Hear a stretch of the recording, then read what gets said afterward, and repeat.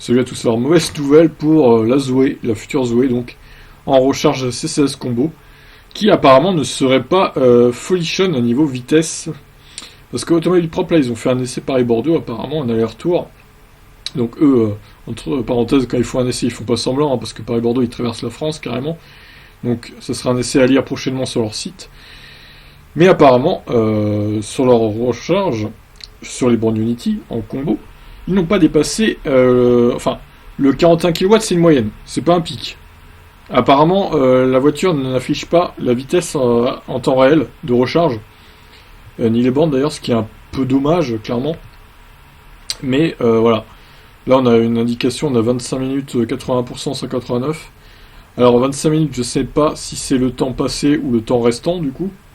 Je dirais plutôt que c'est le temps restant, personnellement. Mais voilà, 80%. Donc on n'a pas la vitesse de recharge en temps réel. Je trouve ça dommage, que c'est une info primordiale qui manque sur cette voiture. Sur le Kona, elle est bien, il n'y a pas de souci. Mais là, clairement, on peut se demander si vraiment cette voiture atteint les 50 kW en pic, vu qu'il n'y a pas l'info. Et ils disent qu'ils ont rechargé en moyenne 41 kW à 41 kW de puissance entre 12 et 80%. Alors ils ont dû faire des calculs en fonction du temps passé du coup à la borne pour arriver à cette valeur-là. Mais c'est clairement décevant parce que normalement à 80%, ça doit rester assez haut hein, le chiffre. Donc là on se demande à combien c'est descendu et si vraiment ça atteint les 50 kW sur une durée de plusieurs pourcents.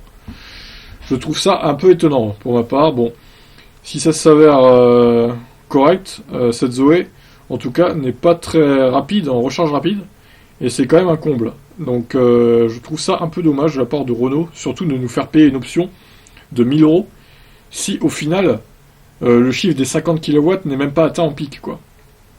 Donc voilà, c'était le coup de gueule du jour contre Renault qui ma foi nous sort une Zoé bien évoluée certes, mais il manque quand même encore pas mal de choses face à la concurrence pour en faire une voiture de référence. Et j'espère que du coup les ventes de la nouvelle Zoé ne vont pas être leaders tout le temps parce qu'elles ne les méritent pas ces ventes.